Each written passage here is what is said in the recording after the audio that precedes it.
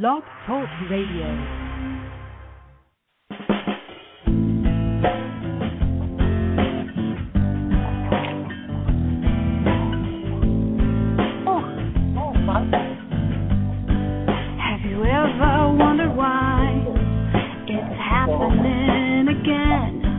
Welcome to MindShifters Radio with your co-host, the Forgiveness Doctor, Dr. Michael Ryce, and his wife, Jeanie. Michael and Jeanie share with you the wisdom of the ancient Aramaic internal process of forgiveness.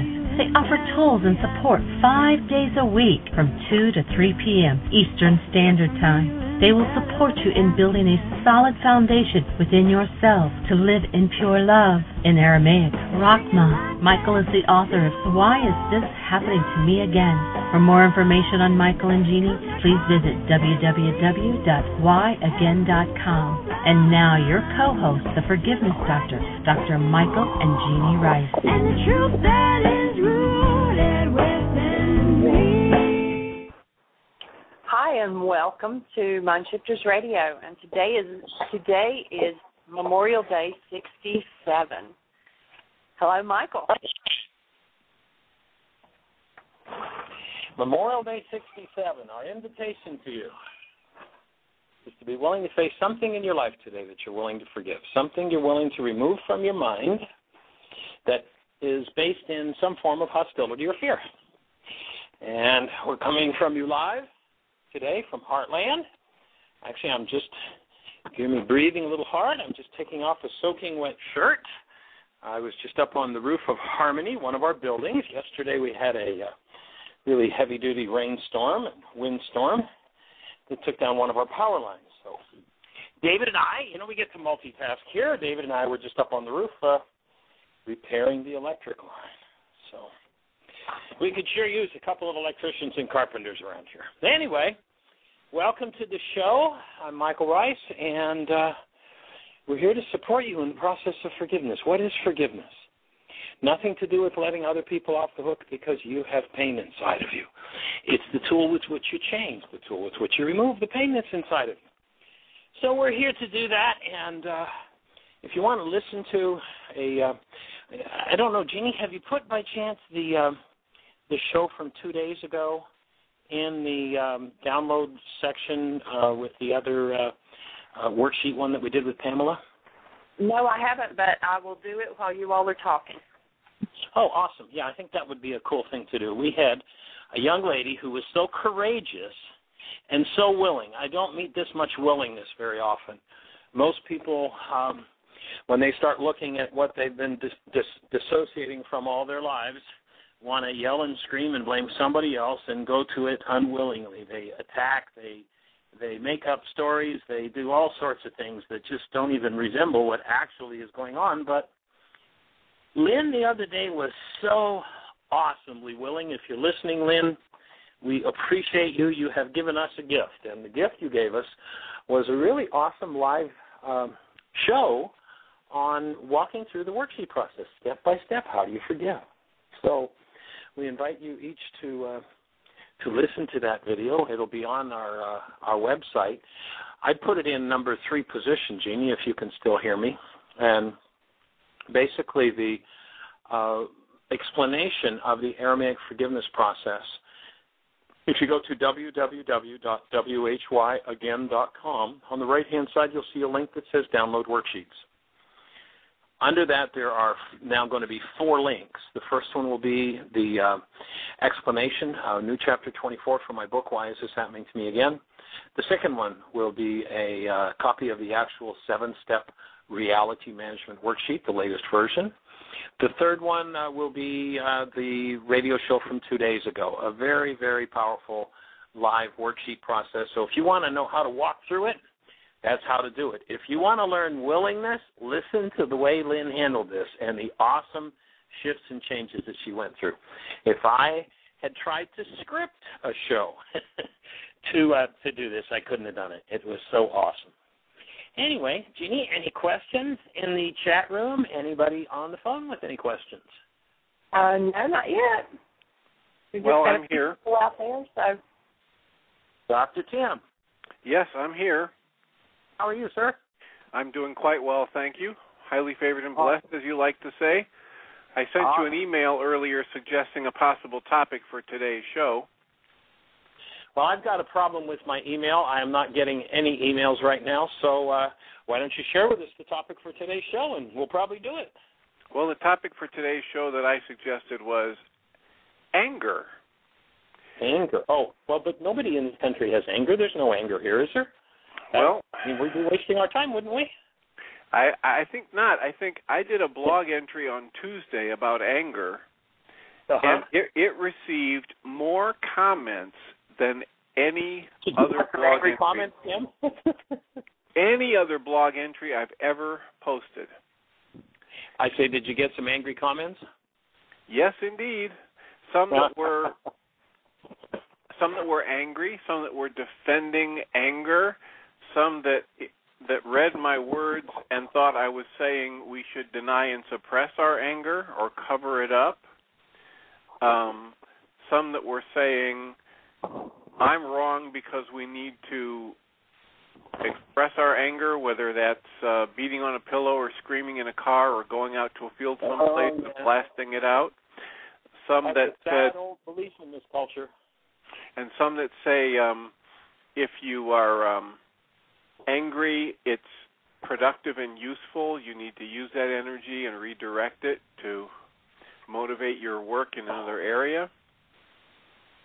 And some that say if you don't, if you've never had extreme anger, then you can't talk about it. And that if you do anything other than express it or use it to fight your battles for you, then you're going to turn into passive-aggressive. There were just a host of responses. Well, an easy way, Tim, for me to answer all of the objections you just got were walk into a courtroom and watch what the opposing attorney has been trained to do. He's been trained to get the client, the opposing witness, angry. Why? Because we're stupid when we're angry. We go into a mind that doesn't function very well. And so, now, if that's the highest level of intelligence that one has ever seen, if one comes from a cultural system, which ours is based in anger to a great degree, if one comes from a family system that's based in anger, then certainly that seems like, gee, well, that's the best tool you got, isn't it? Well, that's like saying, I want to build a house, and the only hammer I've ever seen is a sledgehammer, so I'm going to use a sledgehammer, and I'm going to finish these window frames, and I'm going to put in these delicate pieces and parts with this sledgehammer. And, I actually, in the same way you got that response, there's a Fox News station over in Tampa, and several years ago, they invited me on the show, and they actually have, in the middle of their news segment, they have a 10 or 12-minute segment where they ask people to call in. It's like called something like the People's News or what have you. So I was the guest, and the question was, what makes you angry? And it was they had more phone calls in response to that show. And basically, of course, I started out with the whole idea that anger is something that makes you stupid and compromises your intelligence, and there's a better option. If you don't know there's a better option, of course, that looks like the best. But yeah, I hear you loud and clear. That certainly, you start taking away people's anger, and boy, you are not a nice person. Oh, it was amazing the level of intensity of the responses. Mm-hmm. Just amazing. I understand it. So let's talk about what anger is. I think that's an awesome topic to use. And let's start out with a question. And this is a question that Jeanie always puts forward in the Why Is This Happening to Me Again workshop. She starts it out with, it's actually the second question she asks, and that is, how many have ever done something you regret? And what were you feeling when you did what you regretted? And guess what? The answer is 100% of the time. The answer is always some form of hostility or fear. And the reason it's some form of hostility or fear is because when anger rears its ugly head, it's actually drugging us. It's actually weakening us. It's actually removing intelligence, and that's why always the answer is, the response is anger or fear. So I'd offer that anger is an internally produced drug that anesthetizes us against our pain. You might, those who are listening want to do more with that. I'm not sure whether Jeanie had labeled it when we did the show, but back several weeks ago we did a series of shows on codependence. And if she labeled the section where we talked about anger, we offer the thought that anger is a drug that kind of puts us into a stupor, reduces intelligence.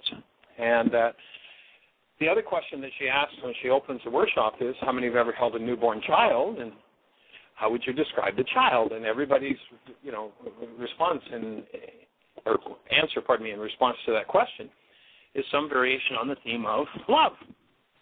So are we anger-based beings or love-based beings? I would offer we are love-based beings. And when we recognize that we're love-based beings, our highest intelligence, our highest capability, our highest possibility comes from love, not anger. And so anger is something to be forgiven. Anger is something to be removed so that we reclaim intelligence. I use the example in the workshop of, if you have a horse and you're plowing a field with that horse, and off to the left 90 degrees there's a filly, you're not going to get much plowing done. If off to the right 90 degrees there's a bale of hay, you're probably not going to get much plowing done, and there's no way you're going to control that horse. It's gone. So what did they do? They put a set of blinders on the horse. Now the horse can't see the filly, can't see the food. Its choices are reduced, and it plows a straight line. It follows its master's commands. It follows its master's dictates. The masters of the universe, to put it in the vernacular, dictate that we not live as love. We start out as love. We start out absolutely connected to the source of the highest levels of intelligence in the universe. And then the world starts to put its blinders on us. Guess what the blinders are?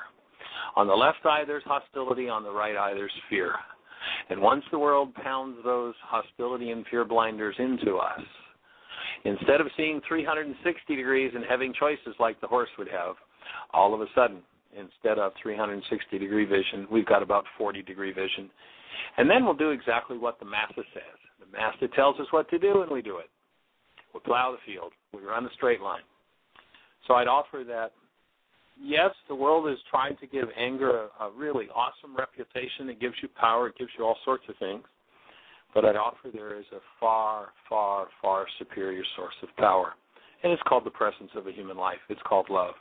It is where the wisdom is. It's where the genius is. If you look at the true martial arts, if a student comes into a martial arts master's dojo and is angry, guess where he goes? He goes out on his behind because the master knows he's not trainable because he's too stupid. So that would be my input on anger. It's like it's just time for us to wake up from it. And again, if it's the only tool we know, we go, well, this is pretty good stuff. But that's like saying the only tool I have to build my house is a sledgehammer, and that's what I'm going to use for everything. It's going to be a difficult house to hold. Michael? Yes. There's a question in the chat room. Is flight or surrender always the answer? Is it never fight or boundaries? Say it again. I didn't catch the first part, sweetie. Is flight or surrender always the answer? Never fight or boundaries?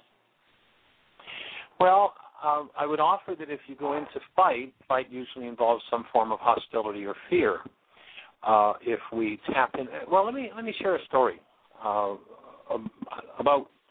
This goes back 8 or 9 years ago now. I often spoke at a particular center in Atlanta, and I was there about the 5th year in a row. And before I started my first workshop, a young lady came up to me and said, "Michael, I want to thank you for saving my life." And I said, "Well, I just came into town late last night. It wasn't me." And she said, "Well, let me tell you what happened." She said, last year when you were here, I did your whole series of workshops. And I would oftentimes hear, one of the things I talk about in the workshop quite often is conscious, active, present love, a human life. And she said, I would often hear your words ring in my head, conscious, active, present love. She said, I did worksheets. I was really practicing and using the work. And she said, about 6 months ago, I came home from work and went into my apartment, locked my apartment, and found myself locked in the apartment with a man who had a knife who said he was going to rape me and kill me. He stripped my clothes off and proceeded to rape me and held a knife to my throat. And she said, I knew I was dead. And she said it was, she heard my voice ring in her ears, conscious, active, present love. And she said something flipped in her. She shifted. She'd been working with the worksheet process, and one of the steps is to tap into that love. She said she flipped into that, and she said, when I did that, I looked at this man's face and just saw such stark, raving terror that even though I knew he was going to murder me and he was in the process of raping me, that I could see this terror, and she said, I just went into total compassion for him.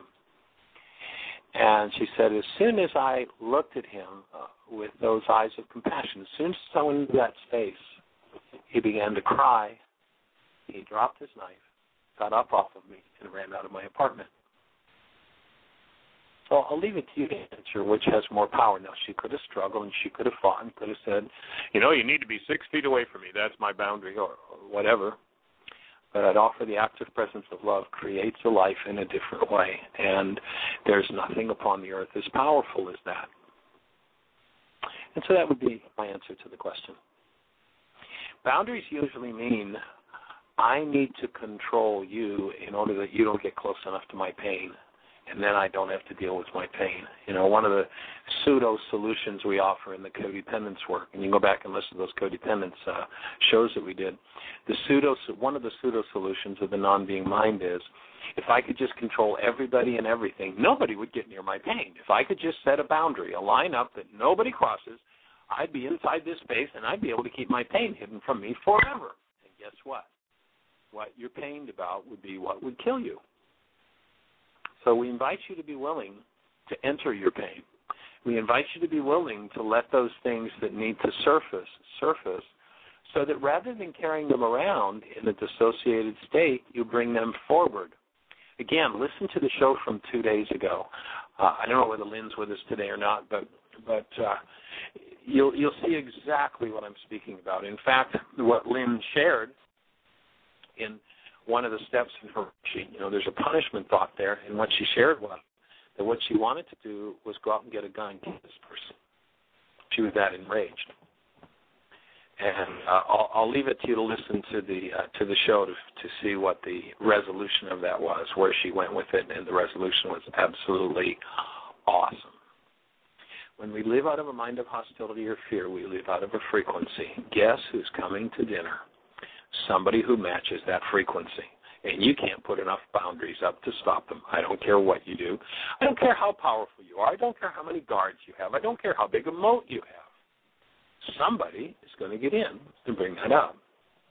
Now, if instead of trying to put up a moat to keep people away from it, you go, I noticed that, you know, there's certain situations where I have this intense anger. I think what I'll do is go into my anger, let myself be with my anger, and then I heard about this process called forgiveness. There's this reality management worksheet that this guy Ryce came up with. Actually, Ryce didn't come up with it. A guy named Yeshua did 2,000 years ago. Ryce just got to study his work and come to some understanding of it. And so take that worksheet, take the issues around which you have anger, and guess what?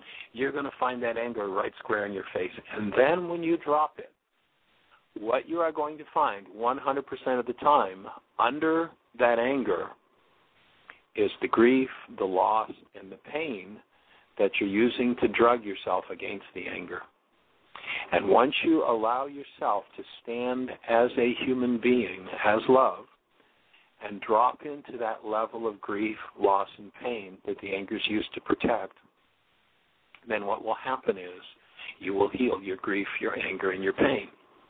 Your tissue structure, your tissue chemistry will change, and everything in your life is going to be different. Try keeping everybody away, try controlling everything and everybody, it's futile. It's never going to happen. Tim, does that get somewhere near where you want to go with that? Yes, absolutely. Do you have any other thoughts on it? Yeah, the thing I would add is that what you're talking about is realizing, and what I keep trying to help people see from your work is that the anger isn't being caused by the person outside of me. And so especially in the case of Lynn 2 days ago, she had a tremendous shift in her experience of something that happened over 20 years ago, and yet nothing changed except the way she thought about it. Well, and Tim, if you take it a step further in that show 2 days ago, what Lynn had shift was something had happened in her early childhood with her father. She got in touch with that. The 20-year-ago thing and the current event. She really, it was just like a string of beads, and all three of them fell simultaneously. That, to me, was so awesome, what was so awesome about the show. I mean, it's just such a fabulous and powerful example.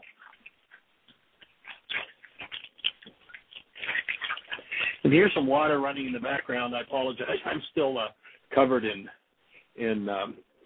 goo and muck from working on these power lines, and so I just washed my hands while Tim was talking there. Jeanie, any other comments?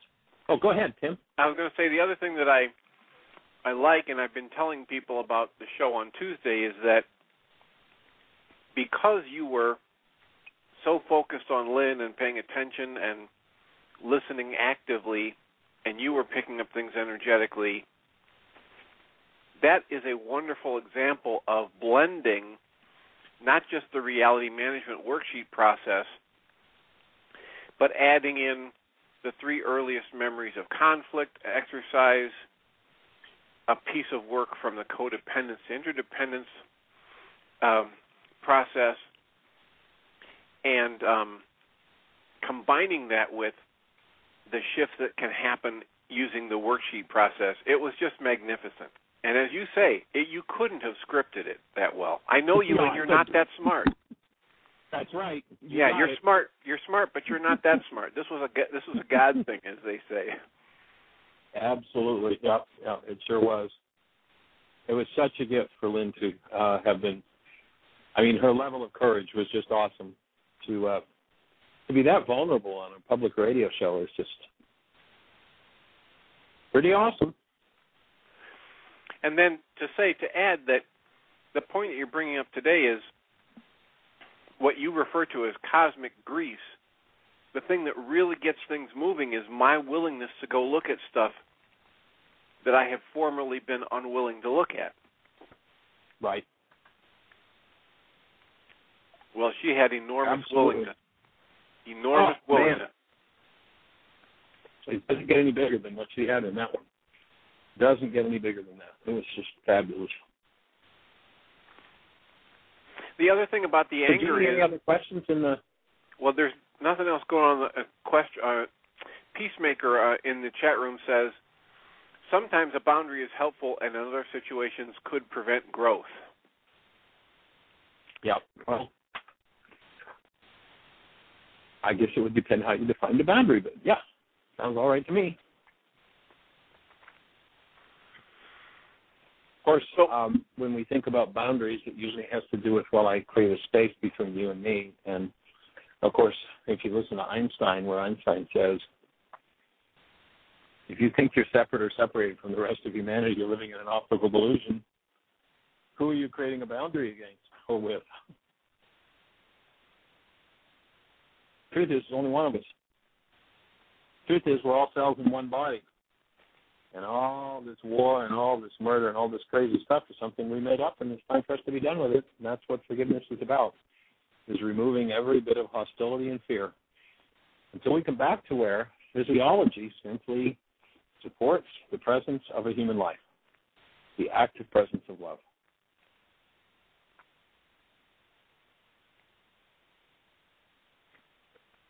So, Jeanie, do we have any other callers?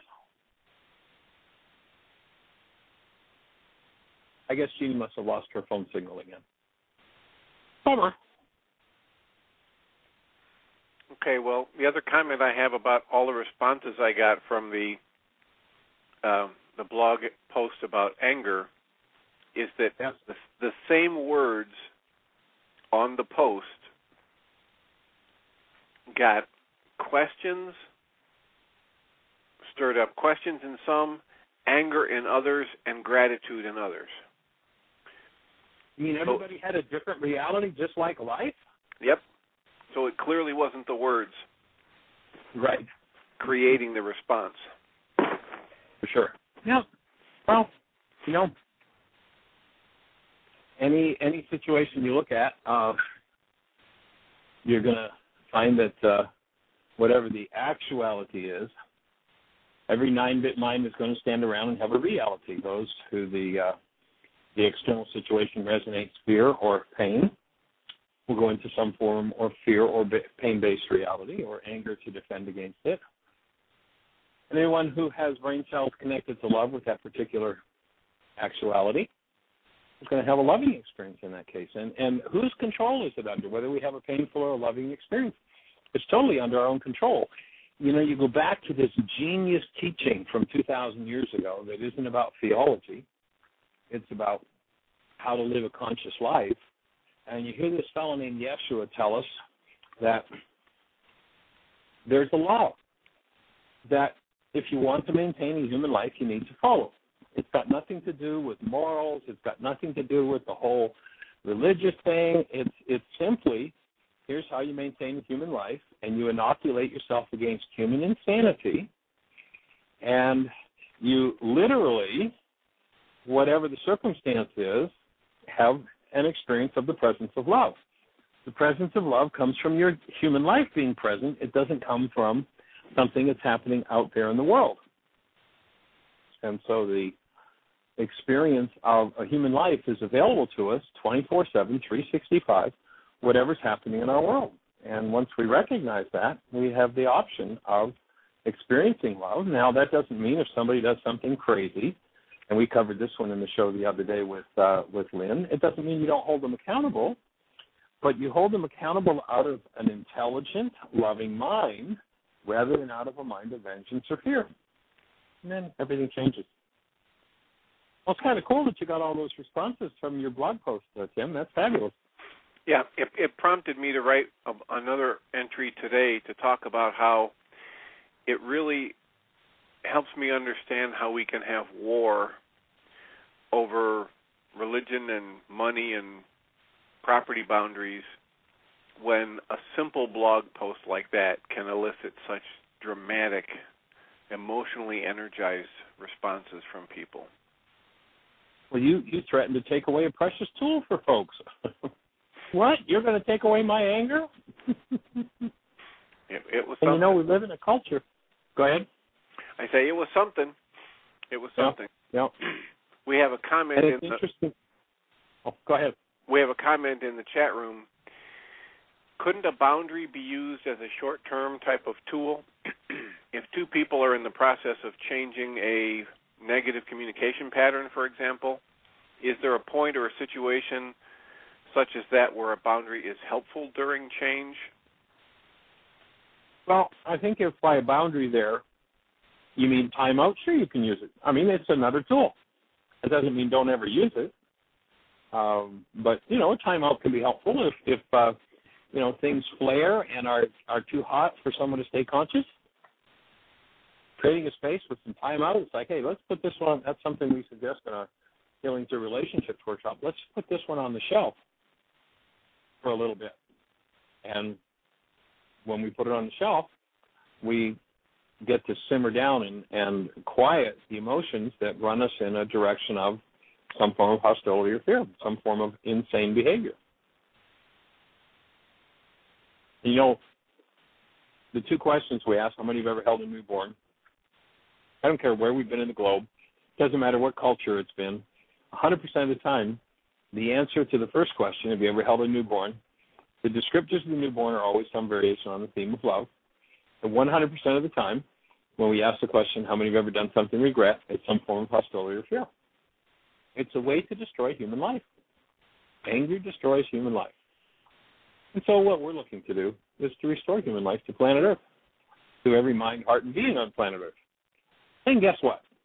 I think we will then get to the point where we get to be about what we're here for.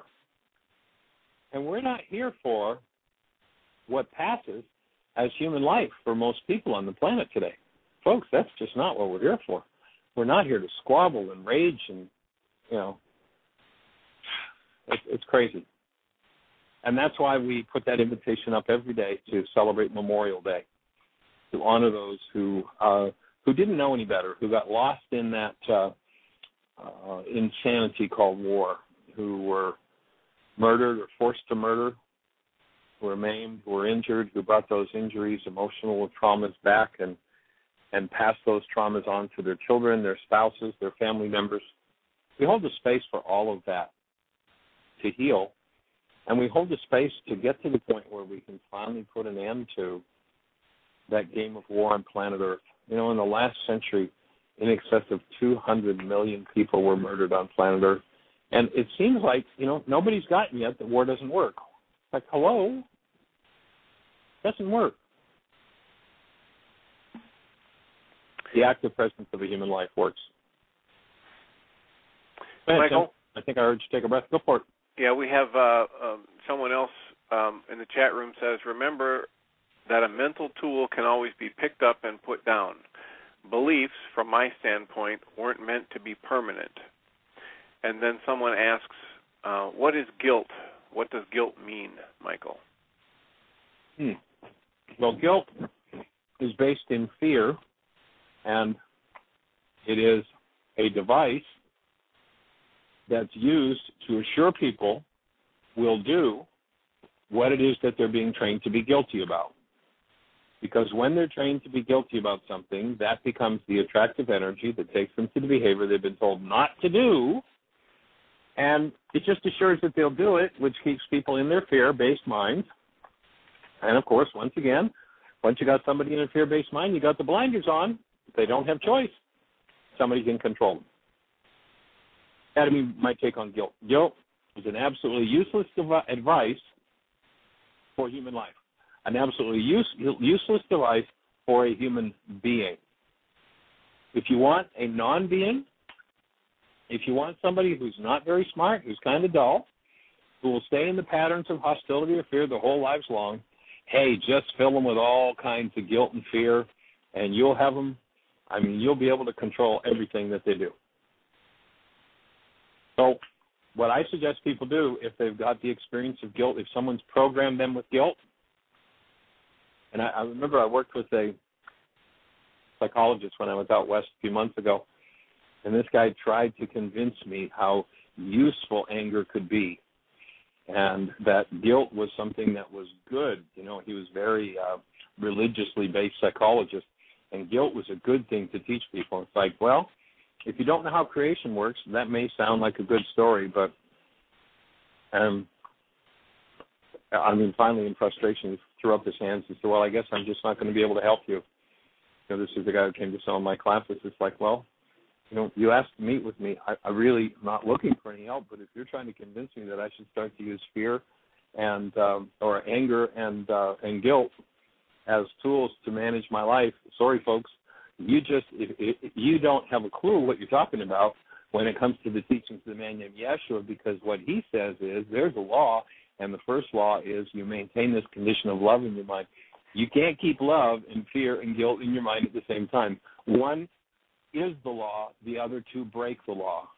And the law is nothing to do with the rule of a superior. We're actually getting ready tomorrow to start a 16-day intensive course called Laws of Living.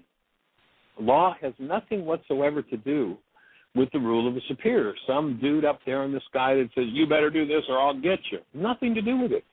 It's simply a reflection of how the eternal forces work.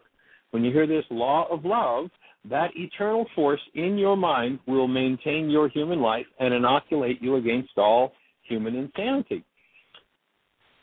Get rid of the rest. The rest is a violation of the law.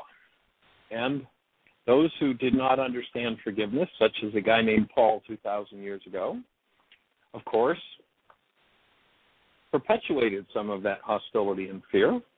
Because in his not knowing, you go back and you listen to him say, why is it the things that I would do, I cannot do, and the things I hate are what I do? He didn't know how. He didn't know how to maintain the first law in his mind. The first condition was that of love in his mind, the human life, and therefore fell down. And people have been falling down on that aspect of his teaching ever since. I would go back to the source. I would offer that with Paul, perhaps one of the things that happened and one of the great differences between him and Yeshua was Paul was very much into theory and philosophy and not so much into actually doing his inner work. Right, how you do it. Exactly. So he wrote really well and he had great ideas about it, but he didn't actually put them into practice. He never knew Jesus. And I think that's probably the reason for the big difference between those two bodies of work. Someone in the chat room writes, from my standpoint, I learned about natural guilt and unnatural guilt. For example, let's say someone feels like hitting someone. Natural guilt prevents. Unnatural guilt is what most feel. So, I think... Well, I'd offer that if you allow, I don't care whether you call it natural guilt or unnatural guilt, natural guilt implies that it comes with the human life. Excuse me. First law is you maintain a condition of love in your mind, not you maintain a condition of natural guilt. So I'd offer that somebody made up what sounds like a good story and call it natural guilt, and therefore it's good for you, and therefore it gives you permission to break the first law. I would offer there is no natural guilt that will support you. It might prevent you in a situation where you have rage or fear from reaching out and whacking somebody in the head, but I'd offer there's 1,000 times more powerful tool, and that is a human life. And there's the active presence of love. And if you keep the active presence of love in you, and that was what was called the mind that was in Christ, if you keep that mind active in you, there's going to be no room and no use for any form of guilt, whatever you call it, to try to, it just isn't sensible in context with the first law. And, in the Greek language, what we hear is, when they ask this man Yeshua, what's the first law? He says, we need to have love for God, for neighbor, and for self. And it sounds like, something that you do toward another. In Aramaic, it's not the word. The word was Rakhma. And the word Rakhma is a filter in the frontal lobes of the brain. First law is you keep this filter, and it's a filter that allows the mind, the frontal lobes where intentions are stored, to only use intentions keyed to love in producing your whole reality structure. If you do that, there will be no possibility of thinking about punching anybody in the nose. So you won't need any natural or unnatural guilt to keep you from doing that, because the presence of Rakhma will inoculate you against all human insanity. That was going to be my point, that the idea of wanting to hit someone is being generated by a false reality that I've somehow created or been conditioned into. Right. Exactly. I'd be in full agreement. And so if in my mind there is enough hostility that I would want to reach out and strike and hit somebody, if I can keep Rakhma active, and this person that shows up resonates that level of hostility in me that I would want to punch them, here's what happens. By having practiced maintaining the condition of Rakhma in my mind, that filter, as that hostile thought and hostile action, the inclination toward it, passes through that filter, it is transmuted. The actual energetic pattern of that hostility and fear is transmuted, and that will be the end of my wish to strike out and hit somebody.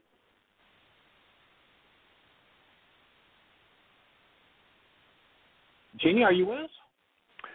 She said she lost her cell phone signal, so that's why I've been trying to read to you from the chat room. Oh, thank you. I appreciate it. So any other comments in the chat room? Any other thoughts? No, just that, what we've gotten so far, and some people are agreeing with what you're saying and getting stimulated by it. So it's anger, well, and people get angry when you want to take their anger away. Oh yeah, well, it's those who would control others have structured their minds so that if you catch them at their game, there's more structured unconsciousness. And so that's the structured unconsciousness that's designed. If a controller brainwashes someone else with hostility and fear, they will tend also to brainwash them with, and if you catch me at it, you are really bad. There is really something wrong with you because I am the king, or I am the priest, or I am the rabbi, or whatever. And if you catch me at the game of controlling you, then there's something wrong with you. So it's all a pretty interesting process. And the controllers have been playing this game for so many centuries that waking up from it is not an easy process. It can be done, but you got to understand that the first law is maintaining a condition in your mind that keeps you tapped into a human life, the active presence of love. Well, there's a comment here that says there are always senses that keep us towards love. So in that sense, the natural guilt is needed. I don't quite understand that. I've never seen anybody that's had guilt move toward love as a result of it. But in terms of the first law, it is the presence of guilt, which is based in fear, is a violation of the first law. Now, again, if you don't understand, if you've got the Greek interpretation of the first law, then this natural guilt thing sounds pretty good.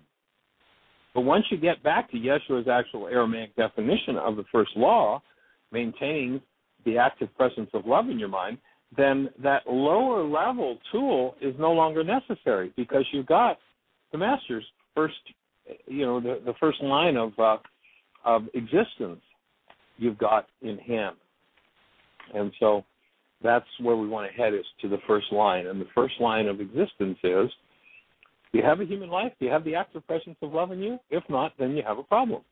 Well, yeah, but they did this terrible thing, and therefore they deserve my rage. It's like, well, okay, maybe they did something terrible, but I'd offer that the terrible thing they did is not what took away your presence of love. Go back to the show 2 days ago and listen, please, everybody, to that worksheet process we did with Lynn. I mean, if anybody had the right, and she tied together 3 different major life events in that worksheet: a childhood event with her dad, an event with the medical board that took away her license unjustly, and an event with an executor of an estate that is going to cost her a lot of money. And if anybody had the right to be angry, upset, whatever, she had the absolute right. And I'm telling you, it was so awesome the way she worked through that. And that's what the tool of forgiveness does. It restores us back to a human life where we can actually live the first law and logically conceive of that as a possibility, whatever the circumstance. The most empowering thing there is. And then there's a comment that says, would the controller's example you just used be applicable to someone with narcissistic personality disorder? Well, I'm not sure what you mean by the controller's example. Narcissism would be a result of the lack of the active presence of love.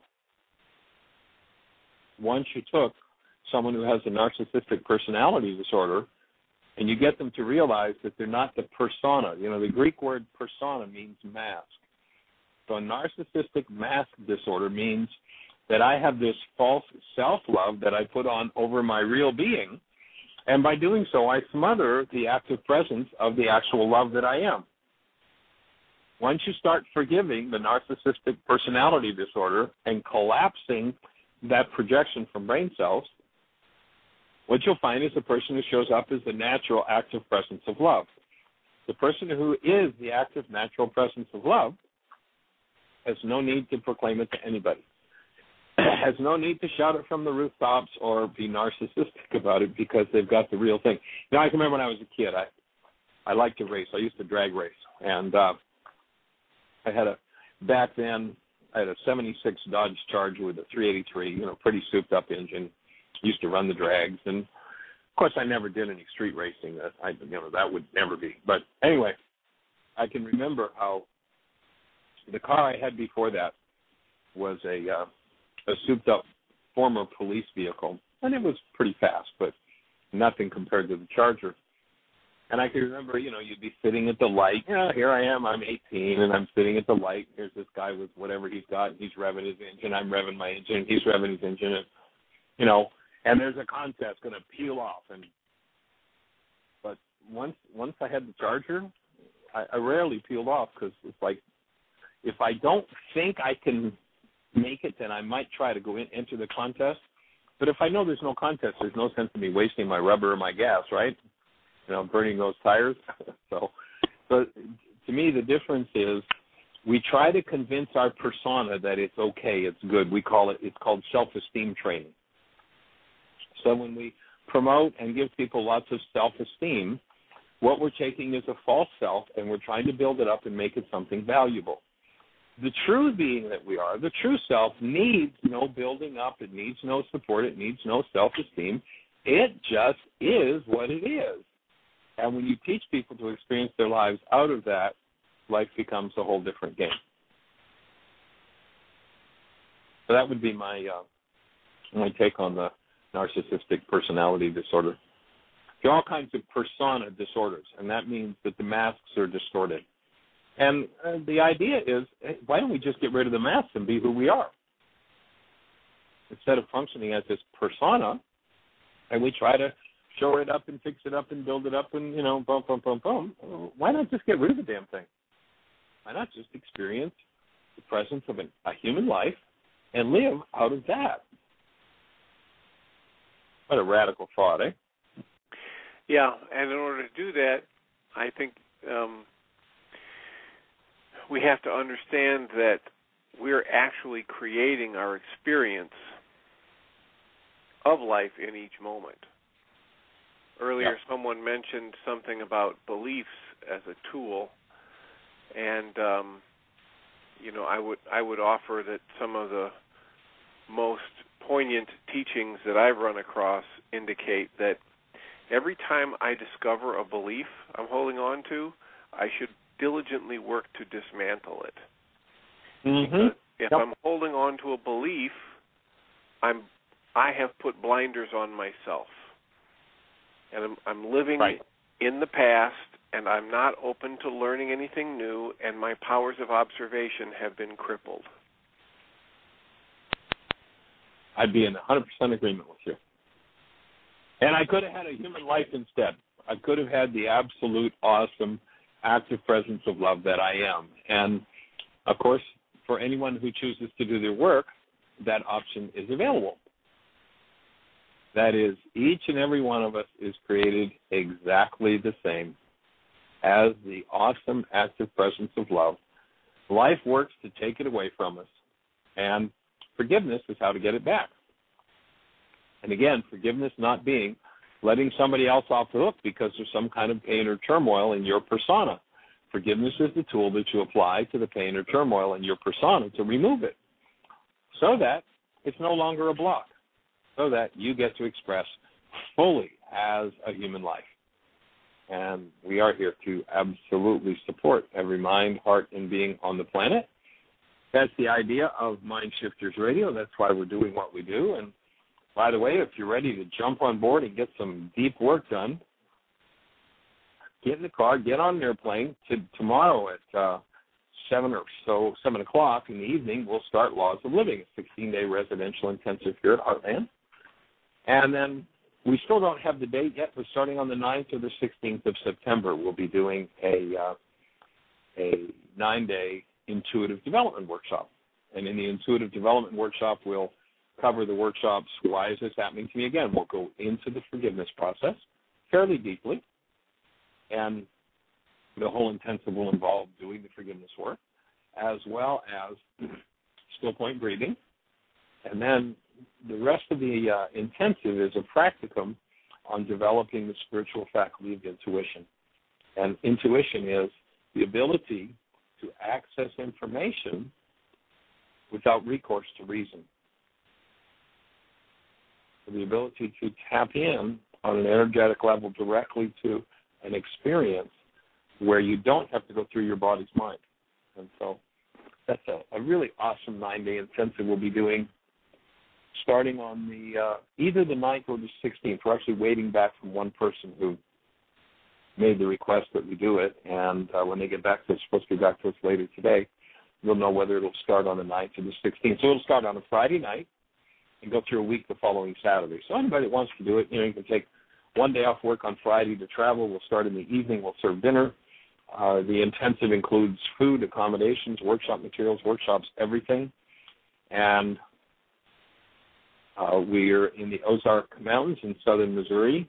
For those who've never looked at our work or our intensives or what have you, basically Heartland is $175 a day for food, accommodations, workshop materials. Everything's totally included. So a 9-day intensive is $1,575, and it is quite an awesome happening. So anybody that might want to do that in September, let us know. Drop us an email. You can go to our website, www.whyagain.com, and you'll see on the contact us, and there's an email address there you can tap in and drop us an email with contact information for you, and we can make arrangements for you to come and play at Heartland.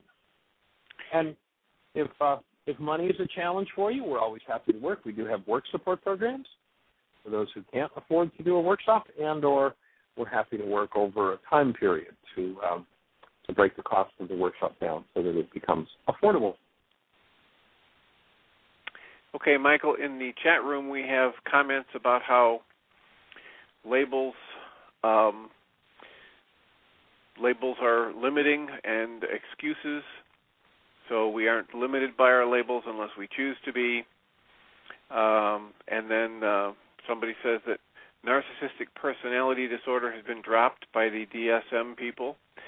And then Joe asks, are all beliefs to be questioned? Are any beliefs of benefit? Well, I think the belief that takes you to the next level of your beliefs can be useful. It's like a ladder. To me, belief is a platform that you stand on. Einstein has a really profound thing to say. He says that the theory you have about a thing determines what you can observe about it. So if I have a contracted belief and I look at something, I won't be able to see the truth of it, and I'll go, oh, no, that can't be true. When I expand my beliefs to that's a possibility, then I stand on a platform and I can now see over the edge of the next mountain and go, oh, okay, I see how that fits. Oh, from down lower on the mountain, it didn't seem like it had any place, but now I see where it goes. Awesome. And so now I just expanded my platform out another level, which will allow me to drop the old belief and take on a new level. And when I finally see life from the point of view of my original created being as love, then I'm on the platform that's top of the human chain. Once I can observe from there, then an intelligence superior to my own will probably start to guide me on a new level. So I think it can be useful, but I suggest you question every belief that you have, everything that you believe, everything that you've been told, and an indicator that very rapidly will tell you that your belief is false is there any form of hostility or fear in it? If there is some form of hostility or fear, then you know that belief is false. It's time to start forgiving. It's time to start using the worksheet process. Again, if you're not familiar with the worksheet, right-hand side of our website, download worksheets. Website, www.whyagain.com. And check out. We've got about 5 minutes if anybody's got a question to call in with. Our phone number is 646-200-4169, 646-200-4169. We've probably got time for a quick question or two if anybody's got one.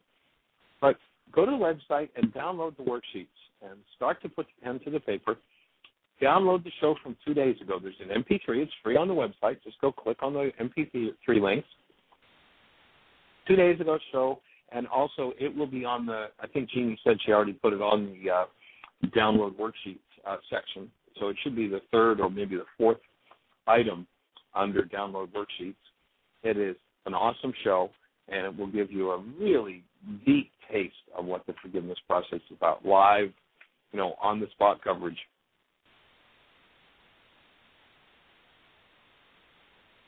Anything else going on in the chat room? Joe, it's good to hear from you. Why don't you set things up, Joe, to get out here for Intuitive Adult in September?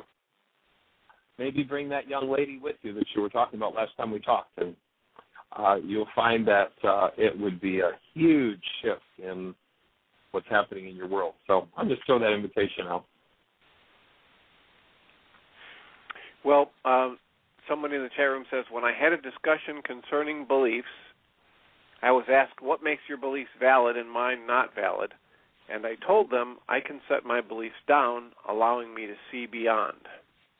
And Joe says he's working on it. Cool. Fabulous. Jim, maybe you and Christian could come in September. That'd be cool. That'd be very cool. Heartland in over a year. Mm-hmm. Well, it's been less than a year. I was there in October. But I am going through withdrawals.